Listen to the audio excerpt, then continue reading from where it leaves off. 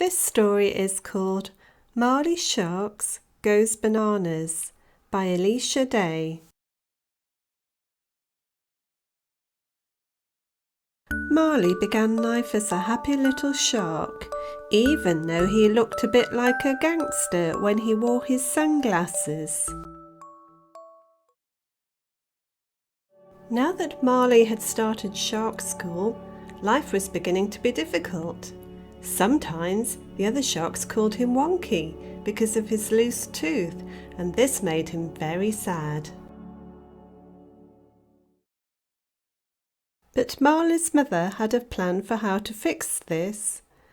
She tied a piece of string to the loose tooth and the other end to a big ship.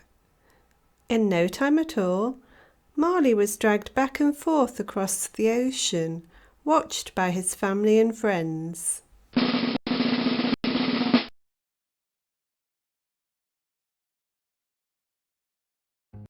Sadly, after several hours of being tied to the ship, the tooth was still in place. So his mother untied him, and Marley decided to go for a little swim to feel better.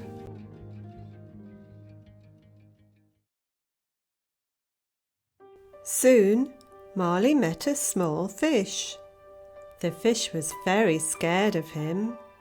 He thought that Marley would eat him. But when he didn't, the little fish was quite relieved.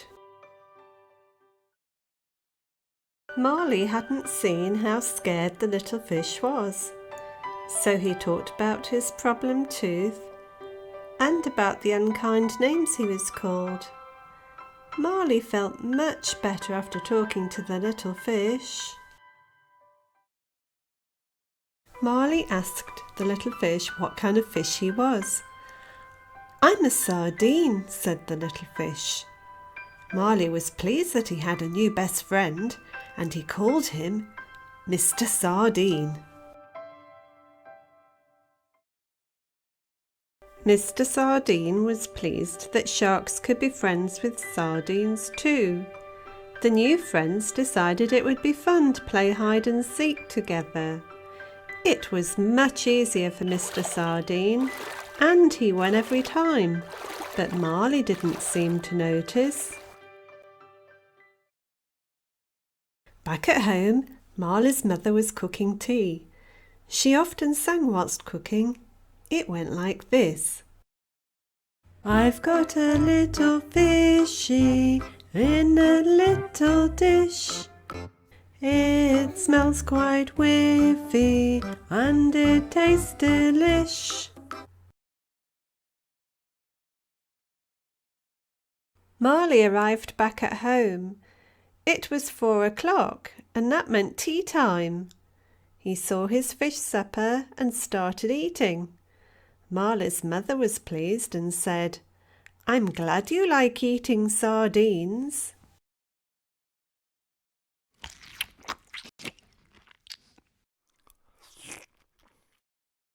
Marley suddenly stopped and told his mother that eating sardines made him think of his friend and that he would eat other food instead. This was a very big shock for Marley. He felt quite ill.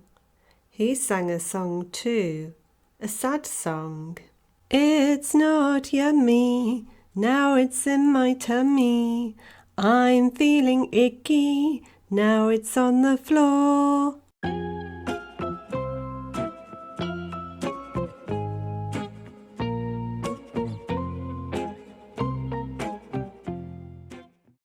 With a sudden bow of the head, Marley was sick.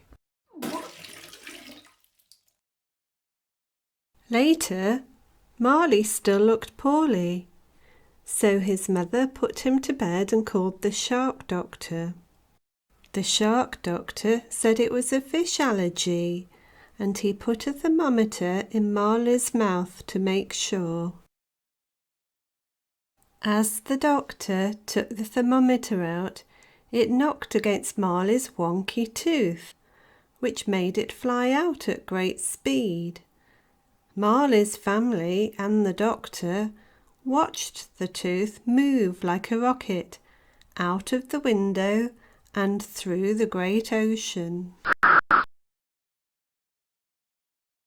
Meanwhile, a small fishing boat with a hole in its bottom was sinking quickly. Luckily, Marley's tooth arrived so fast that it filled the hole in the boat like a giant bath plug.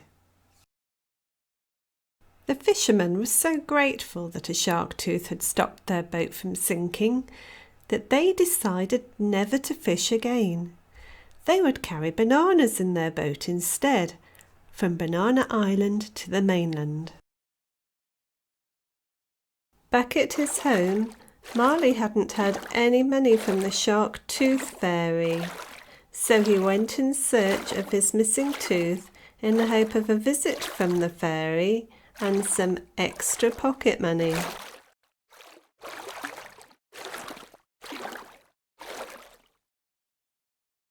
Marley was delighted when he came across the small fishing boat, which was now full of bananas. He saw his tooth sticking out of the bottom of the boat. The fishermen were even more scared of Marley than Mr. Sardine had been. They thought that they were the perfect dinner for a shark, so they quickly threw lots of bananas into the water to scare Marley away.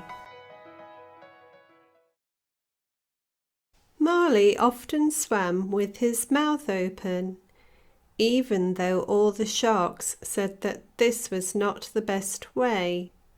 As he swam next to the boat, his mouth took in some water and some of the bananas as well. Yum! This is the best food that I have ever had, thought Marley, and he quickly forgot about his tooth.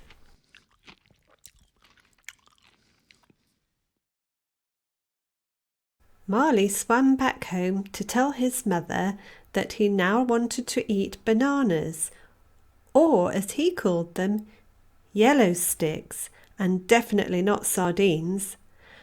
Marley sang a happy song. One yellow stick is nutritious, two of them are delicious, three are not enough, I want more.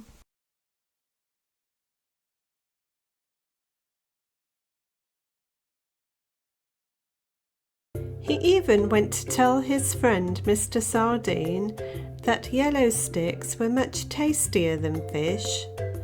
On hearing that Marley was no longer going to eat fish, Mr. Sardine was much happier.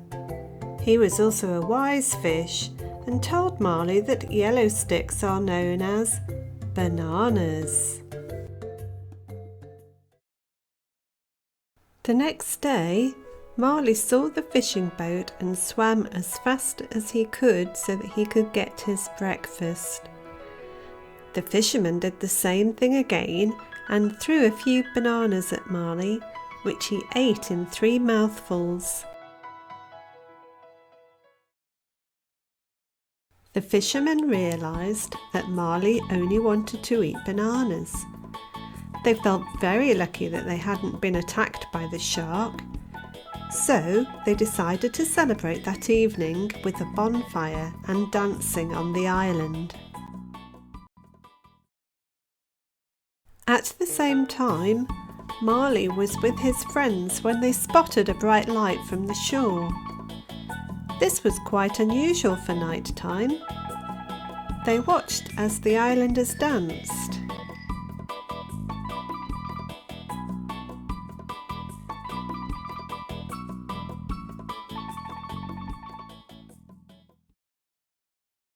Marley and his friends decided it would be great fun to dance too.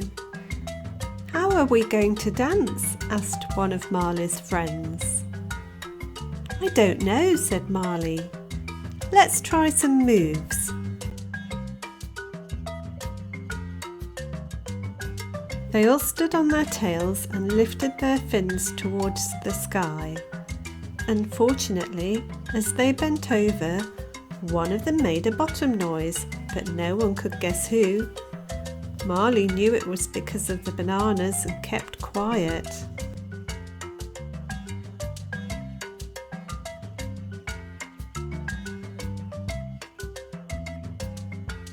They did a shark dance in the sea. They shimmered and touched fins to tail. Some of Marley's friends were better dancers than others, but it didn't matter because they all enjoyed themselves. Marley thought that this was the best day ever. The end. Thank you for watching. More to follow. Please subscribe to my channel.